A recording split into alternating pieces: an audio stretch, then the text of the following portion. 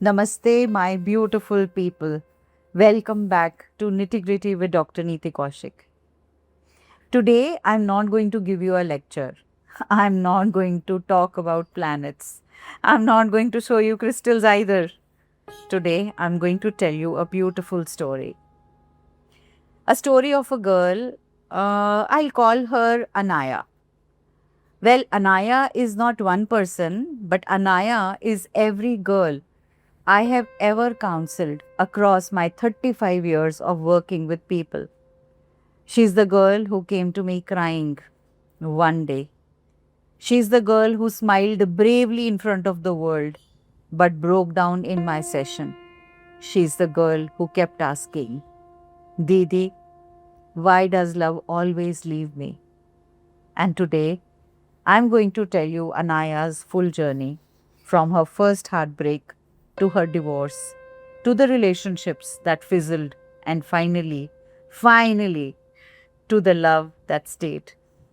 But I want you to pay very close attention because Anaya's story might be your story too. Anaya was 27 years old when she got married. Wow, what a wedding it was. The mandap was decorated with thousands of marigolds. Her lehenga was deep royal red. Her mother cried happy tears. Her father, a quieter man, held her hand just before the fairas and whispered, Beta, always be happy. She smiled. She was sure she would be. Well, his name was Rohan, tall, charming, well settled, the kind of boy every family dreams of. He worked in finance. He had a good sense of humor. On their first meeting, he had made her laugh so hard that she thought, yes, this is the one. Well, the first year was beautiful. New house, new routines, new clothes, long drives on Sunday mornings, cooking together, badly and laughing about it. She remembered thinking, this is it. I found my person. But somewhere around the second year, something started to shift. Rohan's work became more demanding. He started staying late. When he came home, he was exhausted, quiet, distracted. Anaya would often make his favorite dinner, dal makhani and hot fulkas, and he would eat silently with eyes on his phone. She started to feel invisible.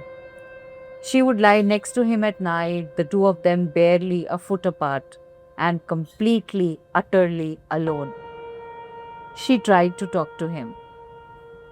Rohan, I feel like we don't talk anymore. He sighed, not looking up from his phone. Anaya, I'm tired. Can we not talk about this tonight?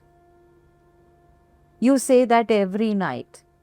Because every night I'm tired. And I'm lonely, Rohan. Every single day. She tried. She really did. She planned surprises. She suggested therapy. She read books on how to have a happy marriage. She prayed. She even fasted on Mondays. Shivji, please save my wedding. Shivji, please save my marriage. But Rohan had already emotionally checked out. And Anaya, despite everything, slowly realized that she was the one fighting for something that needed two people. Tarot readers couldn't help her. Numerologists, astrologers also couldn't help her.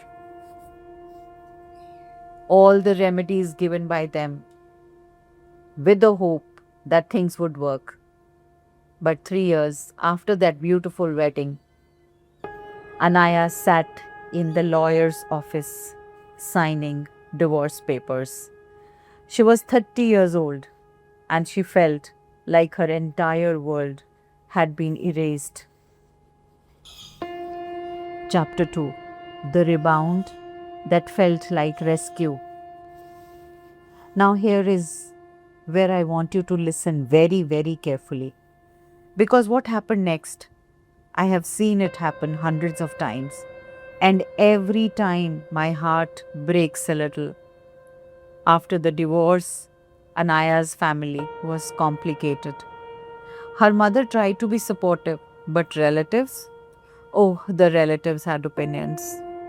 She must have had done something wrong. इतनी जल्दी divorce? Character की बात है. 30 साल की तो हो गई. अब कौन करेगा भला इससे शादी? Anaya heard it all. And even if she pretended, it didn't affect her. But it did, deeply. She started to feel that the only way to prove she was okay, the only way to silence the noise, was the only way to feel worthy again, was to find love quickly. Enters Vikram. Vikram was a colleague, smart, attentive, slightly older. He noticed Anaya when she was at her most vulnerable, and he gave her exactly what she was starving for. Attention, compliments. You are incredible, Anaya. Rohan was a fool. And Anaya, hungry for validation, running from her pain, fell very fast. She told herself, this was different.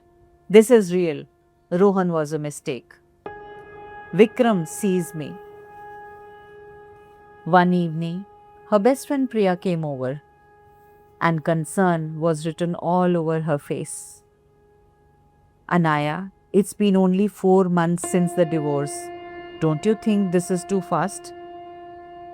Anaya waved her hand. Oh, Priya, I'm not getting any younger, and Vikram is wonderful. Why should I wait? And for whom? I'm not saying wait forever, I'm saying heal first.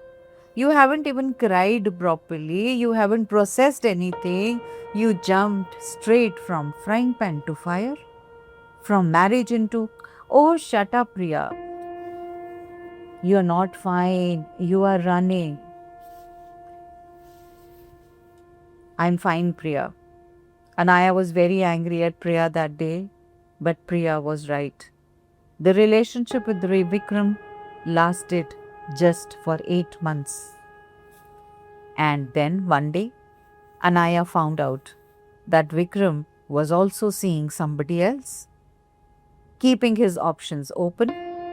He had sensed the way two people who prey on vulnerable hearts always do, that Anaya was looking for a rescue, not love, and he had used that.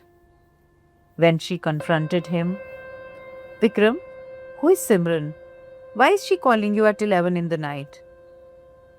Vikram paused, looked at her eyes, and said the cruelest words possible in the calmest voice.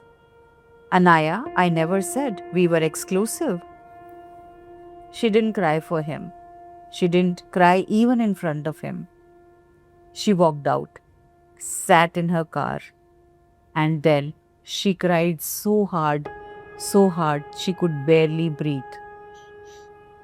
Chapter 3. One more time, and one more heartbreak. You would think after Vikram, Anaya would pause, but pain has a strange way of making us repeat the very things that hurt us if we don't stop to understand why. 6 months later, Arjun. This time she was more careful on the surface. Arjun was a childhood friend, recently single, gentle, spiritual, the kind of person who quoted Rumi and made you feel seen.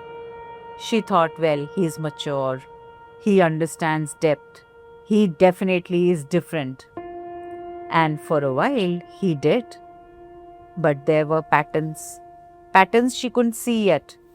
Anaya had a habit, and this is something I observe in so many of my consultations. She would give everything at the very beginning, 100%. She would become whosoever the person needed her to be. She would suppress her own needs because somewhere deep inside a voice told her, if I ask too much, he too will leave. That voice, That was her wound talking to her. Arjun was emotionally unavailable in his own ways. He was great at poetry, he was great at philosophy, but when Anaya needed him in practical, in real, everyday ways, he disappeared into himself. Arjun, I had a really bad day. Can you just talk to me? Anaya, you need to learn to find peace within yourself. External validation is a trap. I'm not asking for validation. I'm asking for conversation. I'm telling you, go meditate. It will help you. She stared at him. I don't want philosophy lessons right now. I just want my partner. He looked at her like she was asking something unreasonable. 14 months later, that relationship too faded, slowly, painfully, like a fire that goes out, not in one dramatic moment, but through the steady withdrawal of oxygen. Anaya was now 34. 3 relationships, 1 marriage, 1 divorce.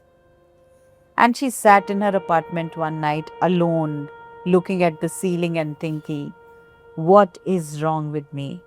Why does love never stay? Chapter 4. The night she found me. It was Thursday night and I was scrolling the way we all do when we don't want to sit with our thoughts. And there she came across one of my videos. Why you attract wrong people all the time.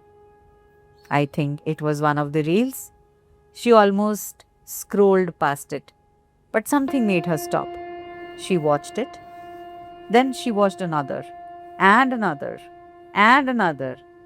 By 2 in the morning, she had watched 6 of my videos and more than 50 reels and shorts. And she was crying, not in sadness, but in that particular kind of relief when it comes to someone who finally puts words to the things you have been feeling, but you couldn't name. And she booked a consultation. When I saw Anaya on the video call, I want to tell you what I saw. I saw a woman who was extraordinarily capable. Bright eyes, clearly very intelligent. Someone who had so much to give. But I also saw someone who was completely depleted. Like a phone that has been on charge all night, but the wire was broken. No energy. Ever actually got into it? She told me her story. All of it. I went through the chart. She told me about the marriage, the divorce, Vikram, Arjun. She spoke quickly, efficiently, as if she was reading a report. No tears, no pauses. When she finished, I was quiet for a moment, and then I asked her something which she was not expecting. Anaya, when was the last time you did something only for yourself? Not a relationship, not for your family, not to prove something, just for you. She blinked. What do you mean? I mean, when did you last take yourself out for a coffee? When did you last buy yourself flowers? When did you last sit and ask yourself, how are you, Anaya? What do you need today? There was a long pause. I don't think I ever did it. That, I said gently, is where we begin today. Now, before I tell you what happened next, I want you to step out of the story for just a moment and speak to yourself directly. Because of what I told Anaya that day, I want you to hear it too. Every time we run from one relationship to another, we are not looking for love. We are looking for rescue. We want someone else to come in and fix the broken feelings inside us. But here is the truth that took Anaya and takes most of us years to understand. No one can pour love into a vessel that has a hole in it. The hole has to be healed first, and only you can do it. That is what Anaya's journey was really about to begin. Chapter 5. The Healing Begins. In one of our sessions, the first thing I understood is a personal energy of the person that they carry. Their emotional residue, their karmic patterns, their birth chart, the weight that they carry without even knowing it. With Anaya, it was clear. Years of failed relationship had left layers upon layers of emotional debris, self-doubt, shame, anger she hadn't expressed, grief she hadn't processed, and a deep wound around her sense of being lovable. I recommended her two crystals, rhodochrosite and rhodonite. I explained it to her simply. Think of your heart like a room, I told her, before you redecorate it, before you bring in the new furniture, new light, new energy, new curtains, what will you do? I'm sure first you will clean it. You'll have to sweep out the old dust, remove the broken things, throw away what doesn't serve you anymore. And that's what these crystals will help you to do. That's exactly what they help you to. Rhodochrosite is the crystal of compassion, love, and it goes right to the core of your heart and brings to the surface the pain that you have buried, the grief you didn't let yourself feel. It will help you to love yourself the way you have been waiting for others to love you. She was quiet, as if something was making sense. And rhodonite? What do I do with this? Well, rhodonite is your guardian. It takes care of all old emotional pain, the betrayal, the feeling of not being enough, the wounds from every relationship, and it will begin to dissolve them. It turns old wounds into wisdom. It doesn't erase what happened, it transforms you. I told her to hold rhodochrosite over her heart each night before sleeping, to breathe deeply, to allow what comes up, to come up tears, memories, anger, whatever it was, not to push it down, but to let it move through her. And repeat Ho'oponopono prayer, speaking to her, looking at her own self, and telling her own self in the mirror, I'm sorry, please forgive me, thank you, I love you. The very powerful Ho'oponopono prayer. And rhodonite, I told her to carry with her. In her purse, in her bag, in her pocket, let it be the companion wherever she's moving throughout the day. Come back and put it on the selenite plate. Cleanse it every morning through sage Palo Santo, and again carry it with you so that it absorbs and help you release everything and get transformed. I told her to do this for 2 weeks and come back after 21 days. Dr. Neeti, I cried for 3 days straight, not sad crying. I don't even know how to explain. It felt like something was releasing. I smiled. That is exactly what was happening. Don't be afraid of those tears, Beta. Those are the tears, not of weakness. Those are the years of stored pain finally finding a way out. Let them come. Chapter 6. Breaking the Karmic Pattern, Ammonite. And this comes the part of Anaya's story which I found most profound. Because she wasn't carrying emotional wounds, she was carrying a pattern.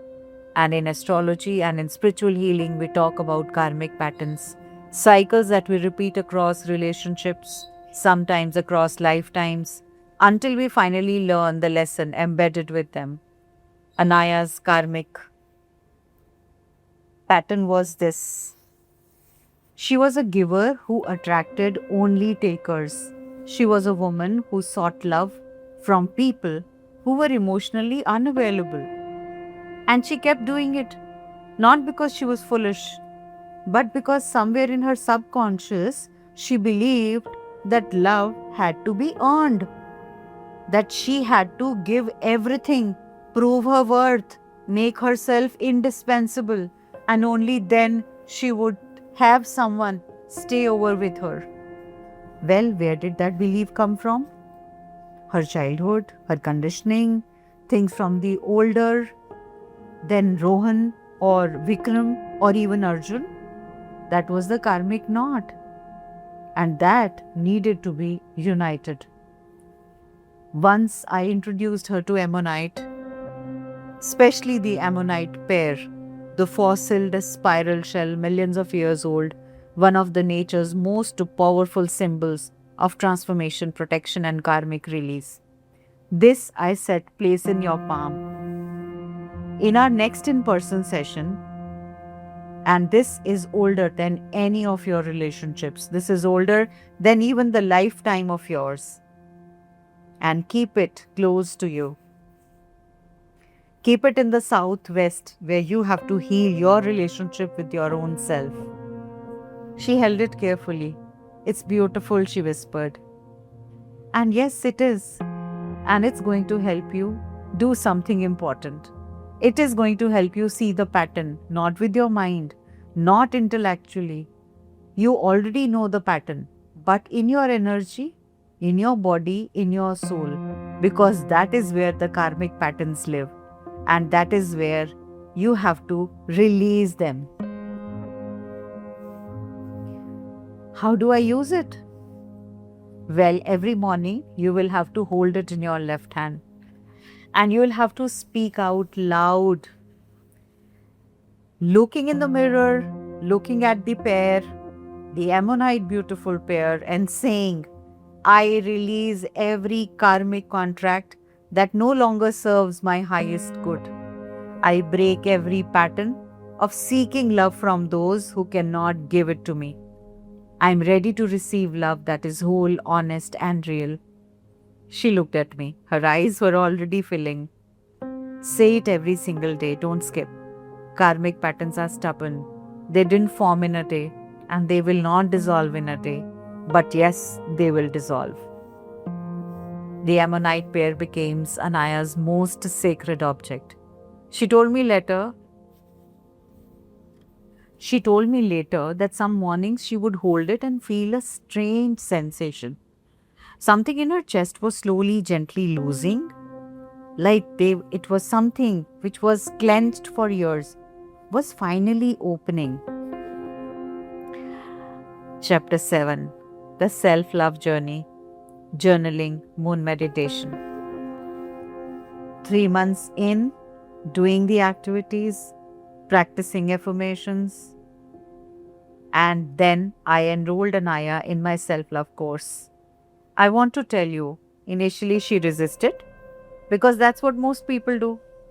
Dr. Neeti, with respect, a self-love course sounds very fluffy. I'm a very practical person. I need real solutions. I laughed. I had heard this so many times. Anaya, let me ask you something. You managed a household? You held down a career? You showed up for everyone in your life? Are you telling me that that was not practical? Yeah, all of that. And yet you thought you had no idea how to be kind to yourself, right?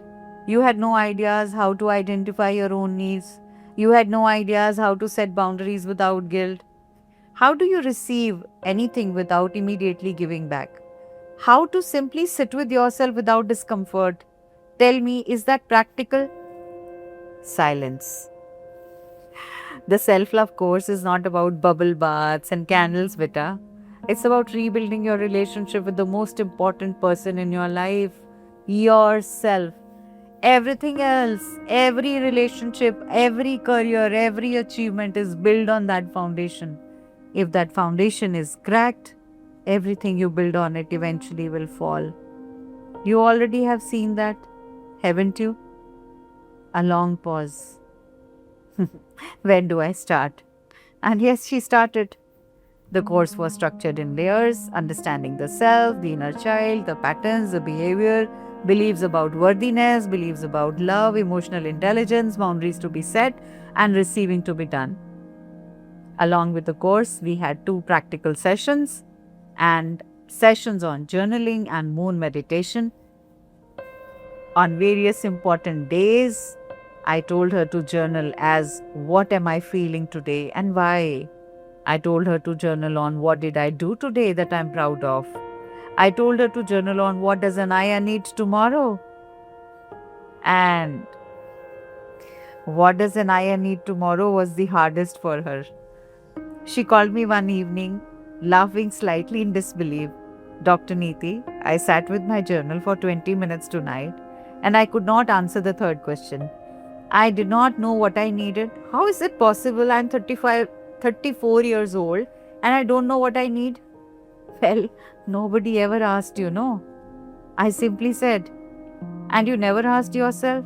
But now you are asking yourself, and slowly you will start finding the answers. Keep writing. The moon meditations were the most transformative moments as described by Anaya. Setting intentions, releasing what no longer served her, calling it in what truly she deserved. Every full moon, releasing, letting go, surrendering, charging moon water, consuming it, and started becoming a very different person. She told me something beautiful about 6 months into this practice.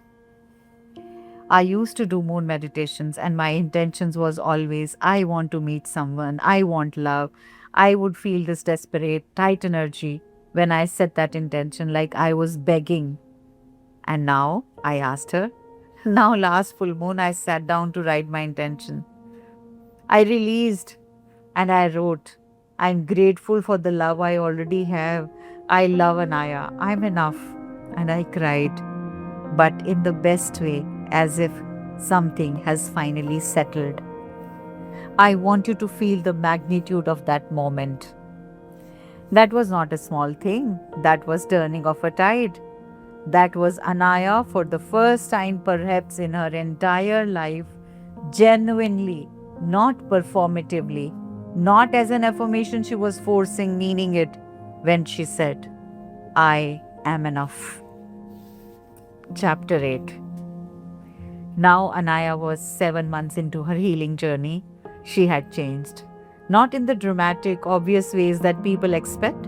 She hadn't changed her hair or moved to a new city or postponed her transformational photographs. No.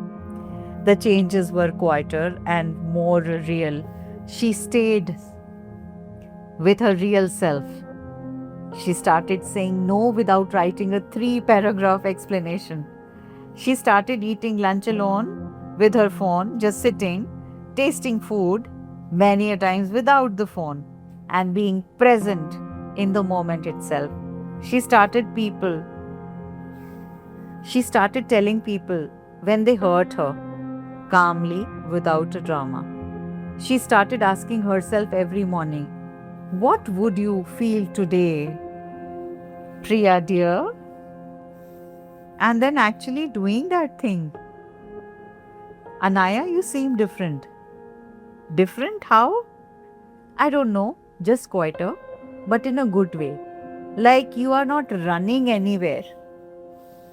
Haha, I'm not, she said. For the first time in my life, I don't know how long, but I am just actually here, present. And it's nice. This is what I am. She started getting attention from different kinds of people. Her energy initially was a distress signal, and now her energy was different, calm, full, grounded. And here came the moment in our last session. Dr. Neeti, I spent years thinking the problem was men I choose, or my luck, or maybe my stars, or maybe some flaws in my birth chart that needs to be fixed. And now I know there is no flaw. There was just a wound that had not been healed. And once I healed it, I genuinely, truly started to love and care for myself. Everything changed. not just the relationship, everything. How I work, how I talk to my parents, how I spend my afternoons, how I spend my Sundays, all of it. I was quiet for a moment. That, I said, is the whole lesson. That is what I have been trying to tell people for 35 years. She laughed softly. You were right, Dr. Neeti. You were annoying, but completely right. So, my beautiful people, that was Anaya's story. But before I go today, I want to say a few things directly to you. If you are in the middle of your own version of this story, if you are the one who's jumping from one relationship to the next, wondering why love never stays, I want you to hear this. The love you're looking for is not in the next person, it is in you. It was always in you. The relationship you had ever had, even the painful ones, were not your mistakes. They were mirrors. They showed you the wound that you were carrying. And now it's time to heal that wound. Not by finding someone better, but by becoming someone better. By becoming someone as a whole. So, if you are in the same journey, you can always start with the rhodochrosite to open your heart and surface what needs to be felt. Rhodonite to transform your old wounds into wisdom and strength. To ammonite to identify and release the karmic pattern where you are stuck. And to enroll in the self-love course, not because you're broken, but you deserve to know yourself more deeply. And yes, journal every single night. Practice moon meditation for setting intentions and releasing what no longer serves you. And then wait, trust, and stay present. Love will come, real love. The kind that doesn't require you to sink. The kind that is not afraid of your opinions, your needs, your bad days. But the only thing you will find is when you are home, when you are truly, peacefully, joyfully present within yourself. And if this story touched you, if you felt that someone was telling a story, please share it. Share it with your sister, share it with your friend. That person in your life who's still running from pillar to post and not finding the answers. Anaya found hers, so can you. Until next time, take care of yourself. Love yourself first. With all my heart, this is Dr. Neeti Kaushik from Nitty Gritty with Dr. Neeti Kaushik.